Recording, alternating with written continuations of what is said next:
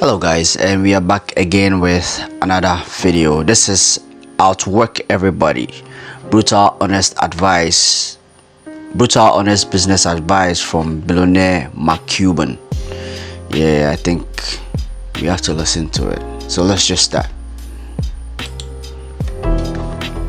Whatever industry you pick, if you outwork everybody, if you try to be a little smarter than everybody, if you try to be a better salesperson than everybody, if you try to be better prepared than everybody, you've got your best chance. Because if you don't do it and somebody else does, I have the saying, work like someone's trying to take it all away from you. I actually work like someone's spending 24 hours, working 24 hours to take it all away from you.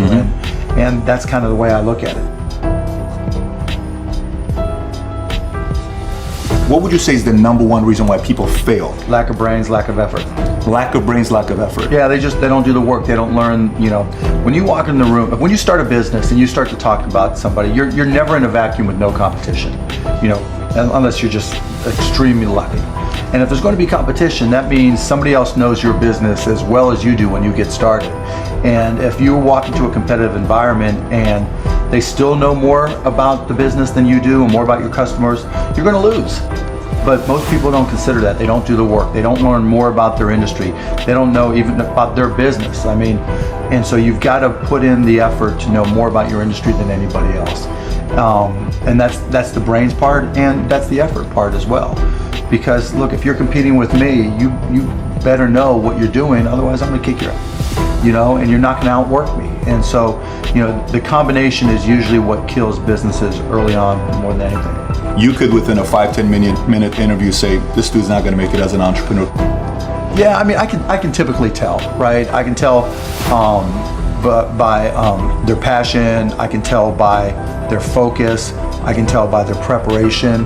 There's a whole realm of things in any business. Here's the business you're in, and here's 1,000 things that influence whether or not you're going to be successful. Through my experience in businesses, I can put myself in his position and say, okay, here are 900 of the 1,000 things he has to be aware of, and then go through and ask. And by how many of those or her issues they've been able to address already, that kind of gives me a sense of how hard they're willing to work. And I can tell by the questions they ask me. So all I have to do is say, okay, what do you want to know? And when they start saying, what should I do? They ask you. Yeah, and that's fine, right? And I want them to ask questions, but people like to say, the only stupid questions are the ones you don't ask, and that's not right? Because the questions you ask tell whoever more about you than anything else you do. Because in particular, it tells me about your preparation. If you ask me questions about just basic things that you should have known and you should have down to a science, that's going to disqualify you almost more than anything. If you're not always learning, to this minute, if I'm not continuously learning, if I'm not just absorbing as much as I can absorb, someone else is going to kick my ass, right? So you talk about paranoia. The greatest source of your paranoia should be knowledge. If someone else knows more than you do, and if you're not learning, if you don't know how to learn, if you don't have a thirst for learning and acquiring information, you're SOL. Do you think there needs to be a healthy level of paranoia? Oh, absolutely. There needs to be. Oh, yeah. I mean, I always say, for every one of my businesses, I say, what would I do to kick my own ass? Right? So whatever business you have, there's somebody trying to put you out of business. There's somebody trying to take a bite out of your business, and it's better for you to figure out how they're going to do it rather than they do it. And so, yeah, that's being paranoid. And so you have to be paranoid. You have to anticipate other people's next moves, and you can't ever, downplay the competition. I was at a business plan competition this morning at a college, and they were kind of being dismissive of the competition, and so you can't ever do that. They're out there trying to take you down, and they're not just going to sit still. And if you're good, really, really good, you're going to inspire them to work even harder, faster, better. And so you have to be, very self-aware of what you're good at and what other people are good at, and a healthy dose of paranoia makes a big difference. Is very helpful. Let's transition to a different subject with college. You went to IU, Yep. right? Now you got a lot of people that say, forget about school, drop out of school. They're idiots. So you think they're idiots? Tell me why. If you're going to have and run a business, if you don't understand accounting, you're already behind the 8 ball. Can't you hire a guy that knows how to run But then they still have to communicate to you. Your accountant might tell you you're profitable, but your cash is going down. not understanding the breakdown. And when you don't, Do you think you need college to learn that? yeah, I think you do, right? Because it may not, for some people, look, if you're so self-motivated that you can take an online course in accounting and teach yourself everything, you're way ahead of the game anyways. But most people aren't. I don't care if you go to a community college and take accounting and spend 99 bucks for the class. Just, spending the money forces you to be more obligated to do it. But accounting, finance, lesser extent marketing, sales, if the school offers that, these are all that's the language of business. And so while it's possible to teach yourself these things, and while it's possible to hire them, when you're starting your own company, you don't want to have to spend money hiring an accountant.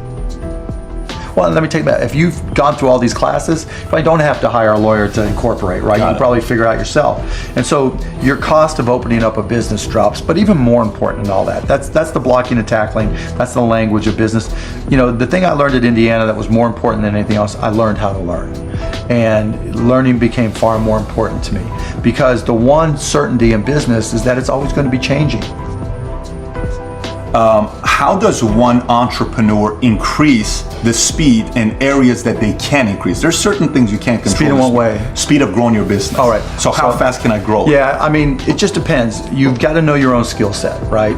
And you've got to know how that fits within your company's life cycle. Some companies are slow grind. And you just have to understand that, and you've just got to bide your time until it starts to click, and then grow with it quickly. If you're trying to release a product that needs to be ubiquitous, you've got to go as fast as you can, and then release a product, like a launch. Yeah, and there's a lot of people who will say, perfection is the enemy of profitability, right? And that doesn't mean you have to wait till it's a perfect product. It really just depends on what the product is. It a barbershop, right? Is it an app? Is it a service? Is it a product? But the key is looking for the low-hanging fruit. What customers are willing to write you a check or commit to it, so that they're willing to integrate it into their daily lives or integrate it into their daily business. And so getting a commitment either through time or revenue is typically what I look for. And so if I can get a commitment, then I'm going to be able to learn. I'm going to see how they use it. Do they sustain usage? And then once I get the next one, hopefully it came a little bit faster than the first one. Then I can ask for referrals, and then the next one, and I just try to ramp it up. When I bought the Mavs, we had no season ticket holder base.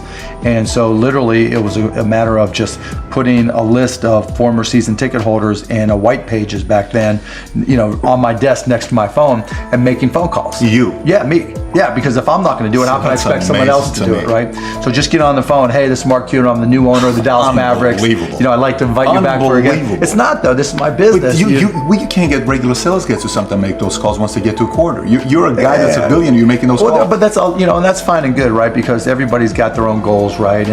But still, I don't want anybody at the Mavs to be able to say, well, he's not willing to do the work, right? There's, if I walk around, I'm picking up all the papers. I'm not saying go get that picked up. I'm like, okay, that's trash. I'm picking it up. But in terms of speed of growth, it's really, you got to get that first customer first.